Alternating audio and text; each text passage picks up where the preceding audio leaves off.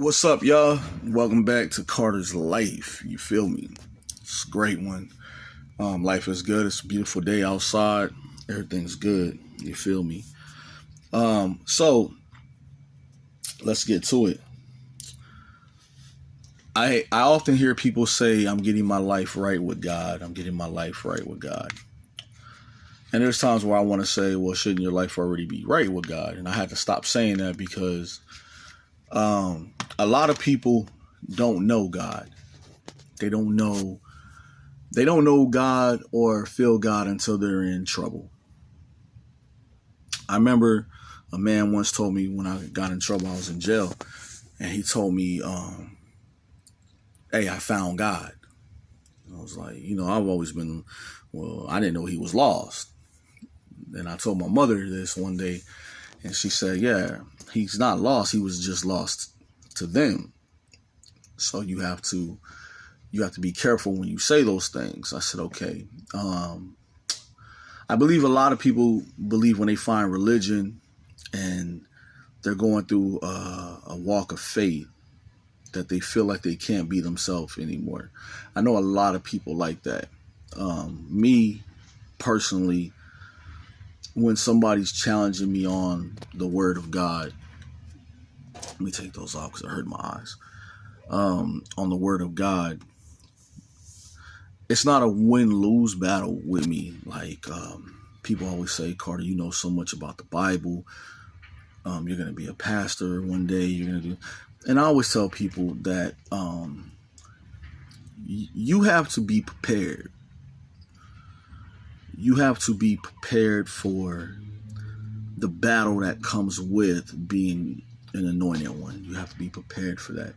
Because and I'm just keeping it real, there's a lot of pastors and ministers and deacons and whatever they want to be called, elders, whatever, of the church, who are not right with God. They're not. How do you know when somebody's truly right with what they're saying? I'm going to give you my opinion. My opinion don't mean it's facts. But if you go to a church and they tell you you can't have a TV in your house. No one can have a TV in there. You can't have one, but the pastor can have a TV in his house. They don't want you to have a TV because they don't want you to keep up with the world, what's going on in the world. But the pastor can have a TV in his house to keep up with the world. I don't think you should be following him. I don't think he's probably the right person to guide you. And let me explain to you why. You should know what's going on around you at all times. Somebody shouldn't have to come and tell you, because at the end you have to trust nobody's research but your own. And when you have a pastor telling you, don't be of the world, there's a difference between being of the world and knowing what's going on in the world. So I get criticized. I get criticized a lot. People be like, oh, I wouldn't let my kids follow you because you sin. And I hate to have to break this down to y'all like this, but it's going down like this. When you're born into a world of sin. You have to be groomed. You have to be taught. You have to learn what to do and what not to do.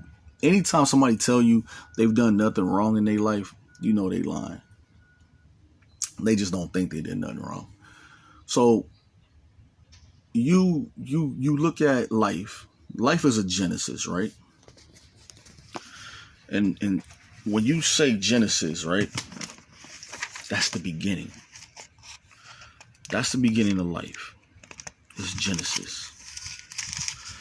And when you look at,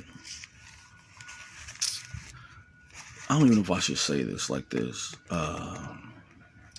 the index of the Bible, right? The very index. Do you know that at the index of the Bible, there's a part that says good on the top? It says good. Because Genesis and good are supposed to go together. Because in the beginning, everything's good to you. So at the end of your life, everything should be good to you, right? I sit back and I like right now I'm going through a thought process, a cleansing process right now, where I want something that somebody else is not going to want unless there's a stipulation attached to it. And I feel like I shouldn't have a stipulation attached to something that I want, that because that stipulation should happen in due time, right? So I'm praying. If it happens, it happens. If it doesn't, it doesn't. I'm not the most religious person. I don't want y'all to think I'm the most religious person in the world. But I believe my faith. My faith can never be wavered. Even when I was a youngster, all the way up until now, everything I went through, I was supposed to go through. Like, it is what it is, right? I feel like when something or someone is supposed to be hand in hand with you, you shouldn't be met with any resistance. So, staying on. So, you have to sometimes hold your own hand. You put it together. Sometimes you'll just put your head down. That's you thinking. You need to think before your next move. I told myself that I will not, under any circumstances, do it by anybody else's way at all. Because I don't know what that is. Oh, that's my charger port on my thing. I don't know. But it's there's levels to life, right? You crawl, you're born, then you learn how to crawl, then you learn how to walk. That's what people would like for you to believe. But actually, you learn to sit up. Or you learn to lay down. You lay on your stomach first, then you learn to sit up. Then you crawl, then you walk.